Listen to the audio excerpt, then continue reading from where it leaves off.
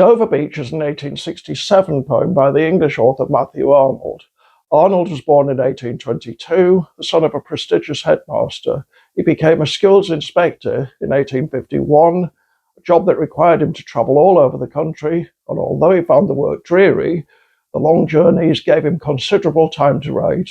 He produced important works of social, religious, and literary criticism, as well as poetry.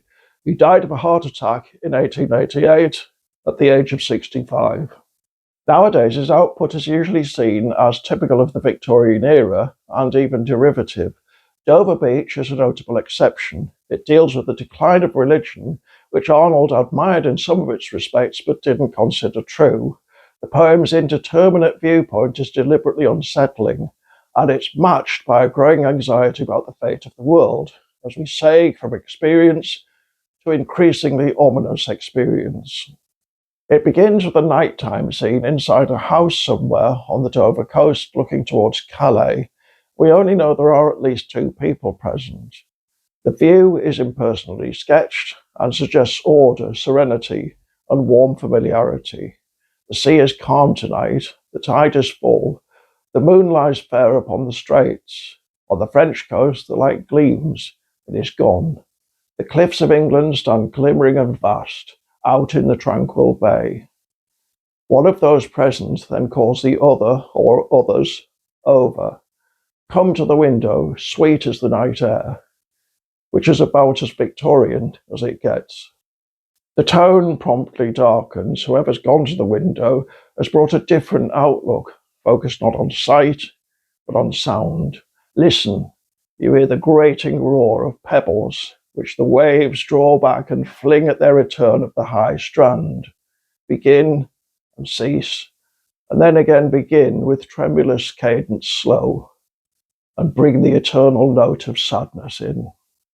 Arnold underlines the eternal aspect of that emotion by referencing Sophocles, the earliest of the ancient Greek playwrights, who supposedly noticed the same thing millennia ago on the shores of southeastern Europe, and it brought into his mind the turbid ebb and flow of human misery. We find also in the sound of thought, hearing it by this distant northern sea. Of course, sadness takes different forms in different times and places, depending on its cause.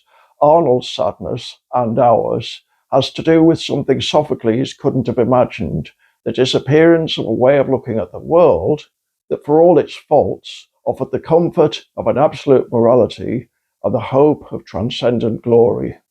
The sea of faith, the poem continues, was once too at the full, and round earth's shore lay like the folds of a bright girdle furled. But now I only hear its melancholy long withdrawing roar, retreating to the breath of the night wind down the vast edges drear and naked shingles of the world. Some critics have suggested that the poem's first part, up to and including the invitation to come to the window, may have been written when Arnold was on his way back from the continent following his honeymoon. In any case, the poem's now finished with the past. The rest of Dover Beach looks to the future.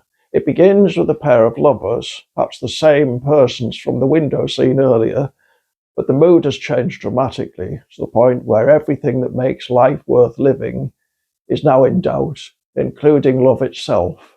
Our love, let us be true to one another, for the world which seems to lie before us like a land of dreams, so various, so beautiful, so new, hath really neither joy, nor love, nor light, nor certitude, nor peace, nor help for pain. And finally, we get a chilling presentation of the human condition as it now stands, and we are here as on a darkling plain, swept with confused alarms of struggle and flight, where ignorant armies clash by night, an image which may be drawn from an ancient Greek account of an invasion of Sicily, where the invaders lost their bearings so completely, they started killing each other. And that's it. Apart from its intrinsic worth, what makes Dover Beach so important is the grip it's always had on the popular imagination. It's regularly cited in films, novels, and journalism. In that respect, as a short poem, its closest rival, or complement, depending on how you look at it, is undoubtedly W.B. Yeats's 1919, The Second Coming. Things fall apart, the centre cannot hold is a line everyone will have heard at some time in all sorts of different contexts. Asked to choose between the two poems, I suspect most people would narrowly prefer Yeats's, but I also suspect that may have more to do with the authors than the poems. To modern minds, a fairly footloose Irish mystic is always going to trump an English skills inspector, and more widely speaking, Yeats is unquestionably the superior poet.